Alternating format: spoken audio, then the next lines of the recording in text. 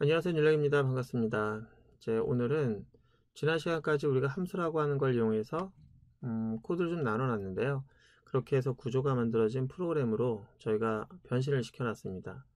그런데 그때는 이해를 돕고자 함수라고 하는 녀석의 이름을 어떻게 했냐면 한글로 정의를 했잖아요.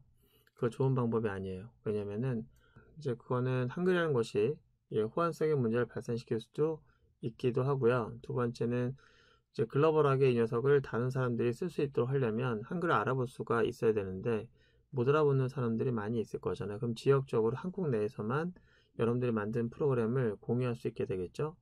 좋은 방법은 아닌 것 같고, 그래서 한글이란 녀석을 영문으로 바꾸려고 합니다. 자, 우리가 일단은 이제 로또 프로그램을 만들었다고 가정할게요. 그리고 로또 프로그램에서 첫 번째 코드가 로또 번호 생성이라고 하는 그런 기능을 갖고 있는 녀석이라 하고요. 두 번째는 로또 번호 출력, 이렇게, 또 하나는 로또 번호 정렬, 이런 기능을 갖고 있는 녀석을 함수로 만들려고 해요. 자, 그럼 이거를 우리가 어떻게 이제 영어로 바꿀 것이냐, 이렇게 해야 되겠죠. 이 녀석은 두 가지의 내용이 합성되어 있습니다. 어떻게 합성되어 있냐면은 로또 번호라는 것과 그 다음에 생성이라는 이 두 가지가 합쳐져 있어요. 그러면 이 둘 중에서 하나는 어떤 액션, 행위가 되는 거고요. 또 하나는 데이터가 됩니다. 어떤 게 액션이고 행위입니까? 노란색이죠. 함수란 녀석은 그 행위를 갖고 있는 녀석이에요. 행위. 그 함수란 녀석의 가장 대표적인 이름은 행위의 의미를 갖고 있는 그런 녀석입니다. 그러면 주인공은 얘가 아니고 얘가 주인공이에요. 그러면은 이 순서를 좀 바꿔야 되겠네요. 그래서 생성. 근데 무엇을 생성할 것이냐? 나가면 로또 번호. what이 되는 거죠. what. 대상이 되는 거예요. 그래서 우리가 프로그램 만들 때는 함수명 반드시 이렇게 만듭니다. 자, 그런 다음에 이걸 영어로 바꾸는 거예요. 이것에 대한 이름을 이렇게 바꿨다고 하겠습니다. 그래서 기능이라는 것과 이제 재료라고 하는 것으로 우리가 나눠서 함수명을 만들 수 있는데, 이제 뒤에 소괄호까지 붙이는 게 정상이겠죠? 이때 우리가 눈여겨봐야 될 것은 뭐냐면은 두 개의 단어가 합쳐지면서 단어와 단어를 구분할 수 있는 방법이 필요하게 돼요. 그쵸? 그러면은 이제 일반적으로 우리가 단어를 구분할 때는 스페이스 또는 빈 공백을 사용하는데, 함수명에서는 물론 변수명도 마찬가지예요. 빈 공백은 사용할 수 없어요. 절대 사용하면 안 됩니다.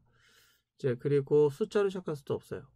그리고 특수문자 사용할 수 없습니다. 이거는 함수명뿐만 아니라 변수명도 마찬가지 규칙을 가져요. 자, 근데 우리가 이걸 구분해 주지 않으면 가끔 이제 단어의 조합이 조금 헷갈릴 수도 있잖아요. 그래서 우리는 어떻게 하냐면 이렇게 언더바를 사용해서 단어를 구분해 주는 경우도 있었고요. 그리고 대시를 쓰는 경우도 있습니다. 다른 언어 같은 경우에는. 근데 자바에서는 대시라고 하는 녀석을 사용할 수 없고요. 언더바라고 하는 것은 구세대적인 방식이고요. 자바에서는 이 단어와 단어를 구분질 때 사용하는 방법이 이제 카멜 표기라고 해서 낙타 표기, 낙타 등을 보면 이렇게 등이 이렇게 볼록볼록 나왔잖아요. 그걸 흉내내서 함수명 무조건 소문자로 시작합니다. 다 소문자로 써요. 근데 단어와 단어를 구분하는 그 경계에 있는 문자만 대문자로 씁니다. 이게 바로 낙타 표기라고 하고요. 반드시 이걸 지켜주는 게 좋아요. 왜냐면 문법적으로 오류가 있거나 그런 건 아닌데 여러분들이 관습법으로서 모든 사람들이 이렇게 표현함으로 해서 통일감을 주고 있거든요. 100살에 만들어도 한 살에 맞는 것처럼 코드가 만들어지는 게 바람직한 코드가 될 수 있겠습니다. 자, 그럼 이번에 이거 한번 볼까요? 자, 위에서 말했던 것처럼 좀 참고해서 여러분들이 이것을 영문으로 만든다면 어떻게 하겠습니까? 일단 이거는 두 개로 나눠지겠죠? 중요한 이름은 바로 출력이죠.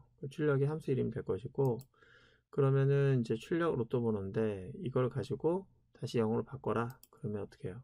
이제 프린트 로또 이렇게 하면 되겠죠? 마찬가지 정렬도 마찬가지예요.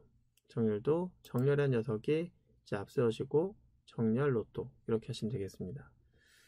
자, 오늘은 여러분들이 그 함수라고 한 녀석을 영문으로 바꾸는 그런 방법을 봤으니까, 그리고 영문을 바꿀 때 사용할 수 있는 기본적인 명령에 대한 규칙을 좀 봤는데요. 그렇다면 우리가 만든 성적관리 프로그램도 이제 영문으로 바꿔야겠죠. 그죠?